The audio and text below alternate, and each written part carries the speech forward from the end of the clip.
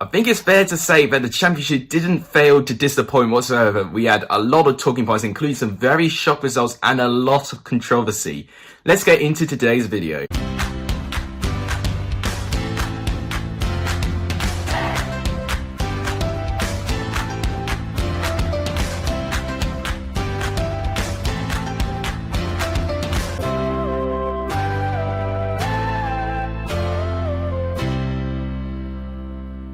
What's up everyone, welcome back to a brand new video on the channel. Today it is my review for the Championship of what went on in this weekend. We've got 11 matches to discuss in this weekend. If you got a correct score, your comment will be on the screen right now. A good handful of you did a very unpredictable weekend in terms of results, so fair play to all of you that did get a correct score. I did okay. I got 2 correct scores. One was the FA Cup game between my team Chelsea and Sheffield United, and the one Championship game I got right was Preston and Luton, which followed Alex Neil getting sacked of Preston, which I will allude to a little bit, but if you want to see my full reaction, check out my video yesterday. This is what the Lexus Hall of Fame looks like now, going to the last international break. I'm now joint first with Joshua Frood. This is going to be very, very interesting coming the final batch of games in the end of the season. Charlie Brown can't be ruled out either. He's only 3 points behind the top places as well. Owen Armitage is joint on points with Luke Armstrong as well. It's very, very close in that part of the table. FIFA also got 1 correct score, which they got the Bristol City and Rotherham game right, so fair play to FIFA. One thing I will say, I've got a bit of a surprise for you guys. I might have a second channel. That's right, I might have a second channel, content featuring of the short kind, not to give any spoilers away. But what I'm going to say, if you guys want to unlock it premium, basically to get all the clips and videos that you want to see on my new shorts channel, you've got to get me to 500 subscribers. So please subscribe if you're new around here, and please give the video a like. It does tremendously help the channel. About 15 likes for this video will be tremendously appreciated. And please share my channel. As soon as you get me to 500 subscribers, I'll start uploading more clips onto my shorts channel. But without any further ado, let's go on with the controversy that went on this weekend. So we'll start off with this weekend when it ended as a draw. Brentford won, Nottingham Forest won. And I said I was going to start with controversy, and this game did have a big ounce of it. Brentford did take the lead once again from an early Ivan Toney penalty, this time in the 12th minute. It was from a Brian Mbeumo corner, and Guyton Bong pulled down Toney. That penalty was a bit more clear-cut than the other one where they received against Blackburn. Toney stepped up, he scored it very confidently. He's got 28 goals this season. Brentford, I think, should have really killed the game of Vitaly Janelt. He had a shot coming off the crossbar. It fell to Dalsgaard, which unfortunately he hit the post, so he could have scored a rebound from there. Forest never felt like they were feeling sorry for themselves. It was actually a fantastic performance from them. They outpossessed Brentford quite a fair bit. What was the biggest issue with Nottingham Forest was the little chances they made. But when they got their one big chance, they took it, and it was in the second half when they did score their goal. Controversy? Yes. Cafu looked like he fouled Jensen, but it went unpunished. He laid the ball off to Maitland, who gave it back to Bong, who laid a big cross, grabbed another shot. Reed failed to clear it, and then it fell to Kravinovic unmarked, scoring it past Raya. That made it 1-1. And I dare say, I think Forest did deserve it. They were fantastic with their organisation and their performance and their press as well. And who really impressed me with that was James Garner. I was not surprised he was given man of the match. He was absolutely everywhere. He worked his socks off. Brentford really missed their chances. 21 shots to only have 4 on target and to only score 1 goal is not a good sign. And following this, they're now 7 points off Watford with only 1 game in hand now. You feel with Brentford, if they have one more bad result with the form that Watford currently are at right now, you would feel that it is curtains for them to get automatic promotion. They're going to have to try and get promoted via playoffs again. I don't think they would really like that feeling personally. And then undoubtedly the result, I don't think many of us saw coming. Barnsley won, Sheffield Wednesday 2. Now I had a risk, because I know Barnsley Sheffield Wednesday tends to end in a 1-1 draw. But Jordan Rhodes completely ripped the script of that happening, because he fired Sheffield Wednesday into a 2-goal lead. And he probably should have scored before his first 2 goals. He managed to go past Brad Collins, and he practically had an open net, and he missed. I was thinking, okay, this is going to be one of those games for Sheffield Wednesday. They're going to have good, clear-cut chances, but they're not going to score. But to be fair to them, I don't think I gave Sheffield Wednesday too much of a chance. You know, they did take the lead against Norwich. They did take the lead against Huddersfield as well. They've just been pretty poor in holding that lead. And finally, for this game, they held on to their lead. Jordan Rhodes got the first goal. It was a great cross by Barry Bannon meeting the header of Jordan Rhodes. And then for the second goal, it was poor by Callum Stiles. He got nicked off the ball by Josh Windass. He squared it to Rhodes, and that made it 2-0. For the first time, I'm seeing a bit of fight. I've seen a bit of determination and confidence from this side. Barnsley were uncharacteristically poor. They did have chances, of course. Dyke had an opportunity in the first bit of the game. Barnsley just spurned their chances and they just weren't looking as clinical as they were. Ishmael made a triple substitution following that. They went behind. But despite that, they didn't really test Sheffield Wednesday too much until Carlton Morris got his goal, a terrific volley on his part. And they did go on a late rally, but Sheffield Wednesday did very, very well to hold on to the 3 points. For me, this performance was long overdue for Sheffield Wednesday. They went on with 8 games without a win, 7 defeats in a row, of course, in those 8 games as well. They're now only 6 points behind Birmingham with a game in hand as well. And if they can win that game in hand, it does reignite their chances of Sheffield Wednesday potentially doing a great escape. You never know with the Championship. As with Barnsley, they would feel lucky for them that Reading did manage to win this weekend. They're still on 64 points and still in 5th place in that top 6 place. And then Bristol City make a club record 6 consecutive home defeats as they lose 2-0 to Rotherham, and this was the perfect response I needed to see from Rotherham. Now, I know I didn't give Rotherham too much of a chance, but to be fair, with their away record, they managed to win 4 of their last 6 away games. So Rotherham have been proving to be pretty good on the road lately, and it showed in this game. They got the lead from Michael Smith. It was poor judgment by Dan Bentley. He tried to punch a Wes Harding cross, and then it met the head of Michael Smith to make it 1-0. Bristol City, once again, very unlucky with injuries. They had Thomas Callis go off injured this time. Nigel Pearson did look a frustrated figure on the touchline, wanted Bristol City to try and get something from the game. Then Rotherham took a second lead, and Benny made a world-class save to keep out Oweke's header, but from the resulting corner, it was Richard Wood that met the header from Dan Barlaser. That made it 2-0, and Rotherham did really, really well, to be fair, to keep Bristol City out. And Johansson was reintroduced in goal as well, and I thought he was absolutely solid. Paul Warren's still in self-isolation. He made the 4 changes, and Rotherham looked a completely different team from what they were in midweek against Watford. They had a determination about them, they had a clear game plan, and they executed it to perfection. And following this with Rotherham, they're now on 35 points, 3 points behind Birmingham for the fact that Birmingham lost this weekend, and have 4 games in hand with them as well. Of course, they've still got a bit of a bridge to gap, but if they can remain consistent and get a couple of wins on their hand, they give themselves a real fighting chance of survival, and it'll be great to see Rotherham survive 2 consecutive seasons in the Championship. And then to one of the dullest games I think I've ever seen, Coventry 0, Wycombe 0. We only had a combined 2 shots on target from the 2 teams throughout the whole 90 minutes. The first one coming from Coventry, where Biamu was put 1-on-1. He should have done better with that chance, but Stockdale, to be fair to him, made himself very, very big, and he saved the 1-on-1.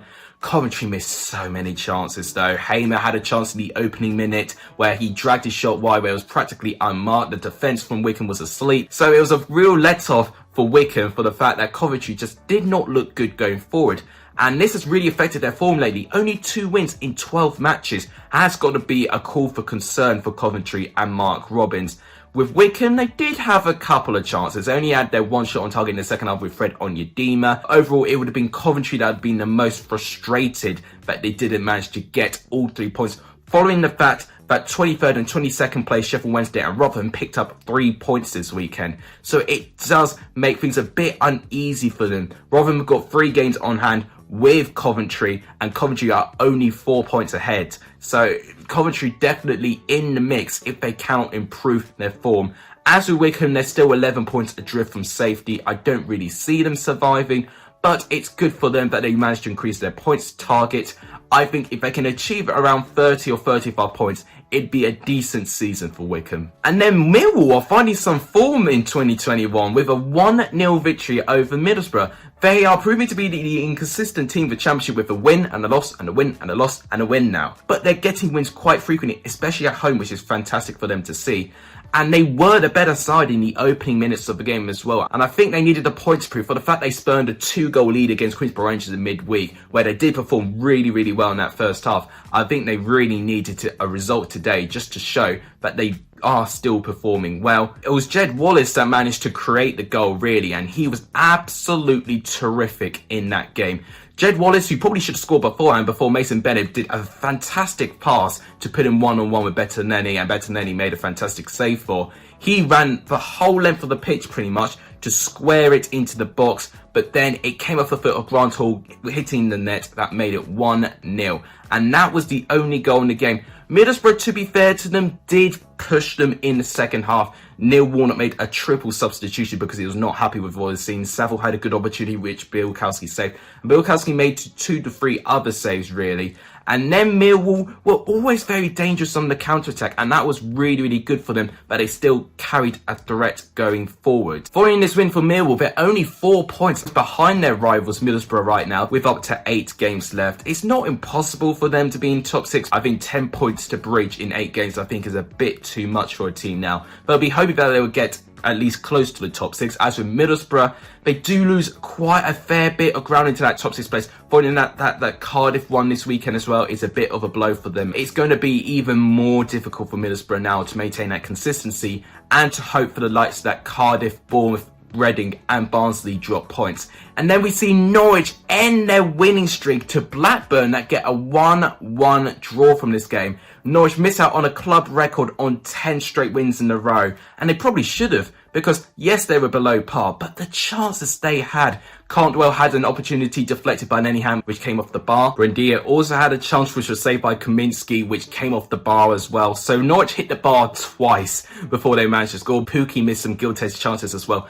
Eventually, in the 53rd minute, they got their goal. It was a terrific teamwork goal, actually. Buendia started it, gave it to Dow, and a really nice 1-2 play between Dow and McLean. And McLean scoring a very, very nice shot past Kaminsky that made it 1-0 to Norwich. And I thought it was going to be pretty routine, and we're going to see when Norwich was going to score the second one. But to be fair to Blackburn, they always carried a threat in this game. They really bumped the ball around a lot. They didn't test Krul that much. But the way they were moving the ball, I think it really did get to Norwich, really. And they just were not looking all that comfortable. And then Blackburn got one of the easiest goals they could have ever scored. It was from a free kick, 2 substitutes combined, which was great from Mowbray.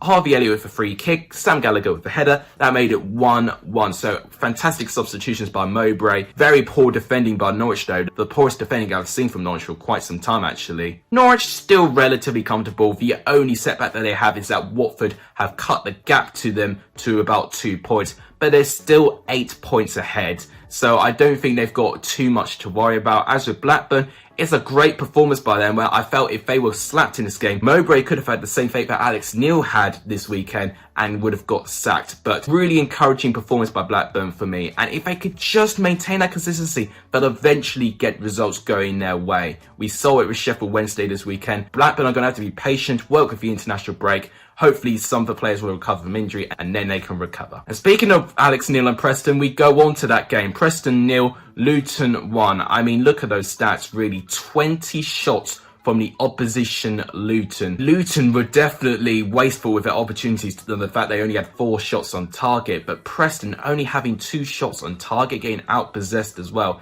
It's not a great sight, really. Luton definitely had the better chances, and Panzu was very, very menacing in that entire game, really. Preston, I think their biggest chance may have come from Ched Evans, who got a slight shot, but Sluga pretty much smothered it very, very quickly. And I'm used to seeing Preston playing this tiki-taka, short passing football, but it was very direct compared to what I see with Preston, with so many long throws.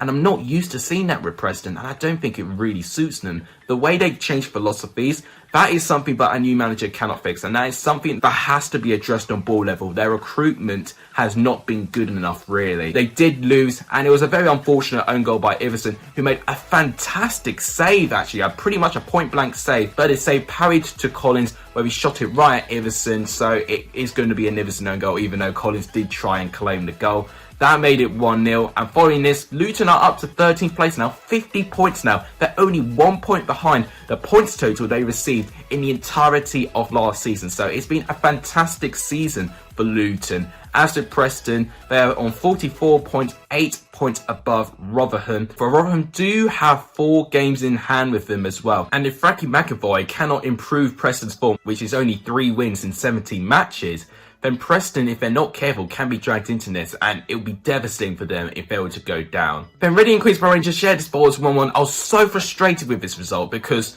I predicted 2-1 Reading, and Reading had so many good chances, but I also changed it from 1-1 to 2-1 Reading last minute. So I am absolutely disappointed in myself that I did change that outcome. But it was Queens Park Rangers that took the lead, and for me, it might be my goal of the weekend actually, because it was a brilliant teamwork goal. Fantastic threaded pass by Elias Chair to find Lee Watts in the left-hand side. He squared it, and Lyndon Dykes with a fantastic goal. His first open play goal in 23 matches, which is unbelievable. That made it 1-0 to Queens Park Rangers. But it was a very tight game, and I think Reading were definitely the better side in the opening stages. In the second half, it was a lot more open. Reading were the side that had to go out because they needed a goal to chase. Liam Moore had a header which was ruled out for offside. But moments later, Reading did get their equaliser. It was from Yake Mate, and it was a very direct goal. It was a long ball by Rina Motta, which found the head of Yaku Mate, who managed to outmuscle Rob Dickey. I'm actually a former Reading player as well. And his shot just literally just goes through the leg of Seli Dieng. The goal we conceded there is not a true reflection for what he's been all season, but that made it 1-1.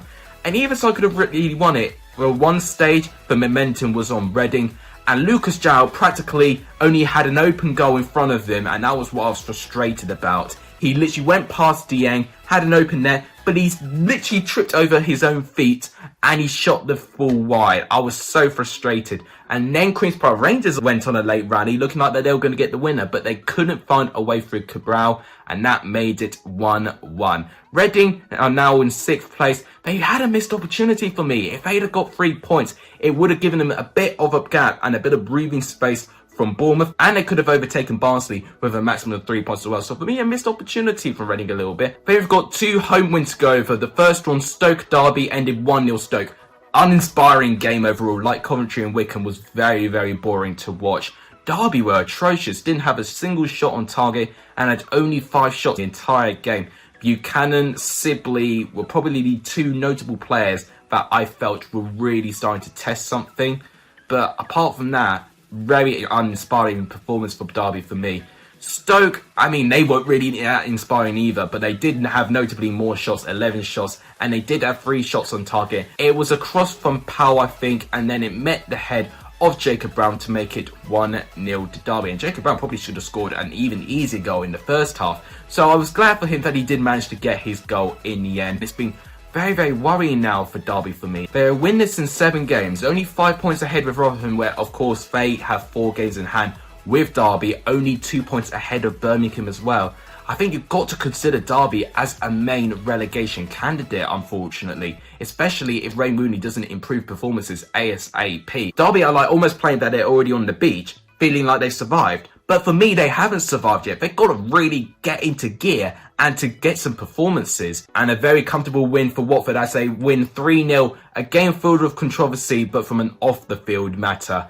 Watford got the lead 4 minutes in. It was from a João Pedro shot, which Etheridge did well to save, but the rebound met Ken Sema to make it 1-0 to Watford. Birmingham only had 1 shot on target, which was a shame for me because I was hoping under Bowyer that they were going to have more goal-mouth action and opportunities, but they were completely outclassed in this game, and Watford was so comfortable and barely needed to switch second gear really. Watford eventually opened the floodgates, where in the second half, Chalobah was unmarked to header from a Dan Gosling cross, and that was when the controversy from off the field stuff happened, where we saw a plane fly on top of Vicarage Road, when the message stated by order of the fans, Dong must go. Doesn't look good, especially that Dongren was in Vicarage Road at the time. And it didn't help when Watford scored another, which was devastating for me because I predicted 2-0 to Watford. But fair play to Cisco Munoz. His 2 substitutes combined with his goal. Likewise with Blackburn, 2 substitutes combining for the goal. This time Ngakia dispossessing Pedersen and then managing to supply the ball to Andre Gray, who ran pretty much the full length of the pitch, scoring past Etheridge. That made it 3-0 to Watford. 5 wins in a row. They are having their best form in the Championship season and at the right time as well. And it's a fantastic weekend for them. For the fact that Swansea and Brentford have both dropped points as well, it gives them a lot of breathing space. As with Birmingham, it's concerning times. 3 points ahead of Rotherham obviously they've played 4 games more than Rotherham as well. It's going to be very, very squeaky bum time for Birmingham, especially after the international break. Lee Bowyer has got to fix something. It doesn't get easy for them though. They've got to play Swansea and Brentford next. So as long as Birmingham get those games out of the way, they need to be almost near perfect if they want to give themselves a chance of survival for me. And then finally, the South Wales derby ended as a 1-0 away victory to Cardiff. And I like how Charlie said in his comments, say, I don't know why. I'll tell you why. There's never been a league double in this derby for the 100 years it has existed. So why I thought that this was going to be the year that Swansea were going to do the double, I have no idea. Because Swansea, whilst they did have chances, 23 chances, they only had that 1 shot on target. So Swansea definitely were exposed for their lack of clinical instinct going forward. And Cardiff, despite having only 25% of the ball and having only 9 shots, they had 7 shots on target. It was from a long throw by Will Vaulks, and I thought it was going to be the battle for long throws for there. Connor Roberts does fantastic long throws for Swansea as well, but it was Cardiff's long throw from Will Vaulks that got the opening goal. There was a bit of a scuffle in the box. Woodman makes a save, and then Aidan Flint heads in the rebound to make it 1-0 to Cardiff. And Cardiff continued to test Woodman, actually. Wilson had a fantastic chance in the second half, which Woodman made a great save from. And they were continuously hitting Swansea on the break, and Swansea were left really exposed. The closest Swansea got to scoring, I think, was Andre Ayew's header from a corner, which came off the post. He was unlucky to miss that, to be fair. But apart from that, Swansea, for me, were below par and were really exposed by their South Wales rival there. Foreign is their 3rd place now, lost a bit of ground to Watford as well. They do have a game in hand, but even if they win that game, they've still got another 3-point gap to breach as well. They do have to still meet each other, Swansea and Watford, at the very, very last game of the season. So this game already is looking like it's going to be season defining for both of these sides. As for Cardiff, they're up to 8th place now, overtaking Middlesbrough for the fact that Middlesbrough dropped points this weekend, for the fact that I was starting to doubt them a little bit, especially with their clinical ability going forward. They really proved me wrong in this game, and I think should have even scored a couple more goals. But that wraps it up for my reaction to this weekend's championship fixtures. On the left-hand side of the screen is the current championship table. Norwich, Watford currently in the top 2, looking really, really good right now. Swansea, Brentford, Barnsley and Reading staying in the top 6. They've got Bournemouth, Cardiff, Middlesbrough and maybe Millwall being the 4th teams challenging for top 6. Stoke and Crystal Rangers making up the rest of the top half of the table. Luton, Bristol City, Blackburn making up the top part of the bottom half of the table. Preston, Nottingham Forest, Huddersfield, Derby, Coventry and Birmingham making up the teams trying to survive relegation. Then you've got Rotherham, Sheffield Wednesday and Wycombe, the 3 sides still in the bottom 3. So before I wrap up for today's video, obviously we've got an international break, so there's no score predictions in midweek, and we don't have championship football for nearly 2 weeks, which is a weird feeling for all of us, following how frantic this season has been. So to end the video, I'm going to predict my goal of the weekend, player of the weekend and result of the weekend. Goal of the weekend first, there wasn't too many eye-catching goals. I'm actually going to give my goal of the weekend to Lyndon Dykes. It's a landmark goal for him, but it was a fantastic build-up to that goal as well. The threaded pass from Chair was sublime. Lee Wallace's pass as well was also perfect, and then Lyndon Dykes with a great finish. I'm going to give my goal of the weekend to Lyndon Dykes. Player of the weekend, there's one player that I think, Jordan Rhodes, scoring a double against Barnsley, their Yorkshire rivals. It gives Sheffield Wednesday a chance potentially to survive in the championship season. I'm going to give my player of the weekend to Jordan Rhodes. And finally, the result of the weekend for me, it's got to have to be that game. Barnsley 1, Sheffield Wednesday 2, an unbelievable result for Sheffield Wednesday. Barnsley 1, Sheffield Wednesday 2 is my result of the weekend. But that wraps it up for today's video. If you guys enjoyed it, please make sure you do give it a video like, tremendously appreciate it. If you haven't done, please hit that subscribe button, because we're on the road to 500 subscribers. As I said, if we achieve 500 subscribers, I'll open my shorts channel and I'll start uploading on that channel. If you guys do want to see that in the foreseeable future, please share my channel as well to increase my popularity. But thank you guys so much for watching. You guys are legendary if you're only in this video. And as always, take care everyone.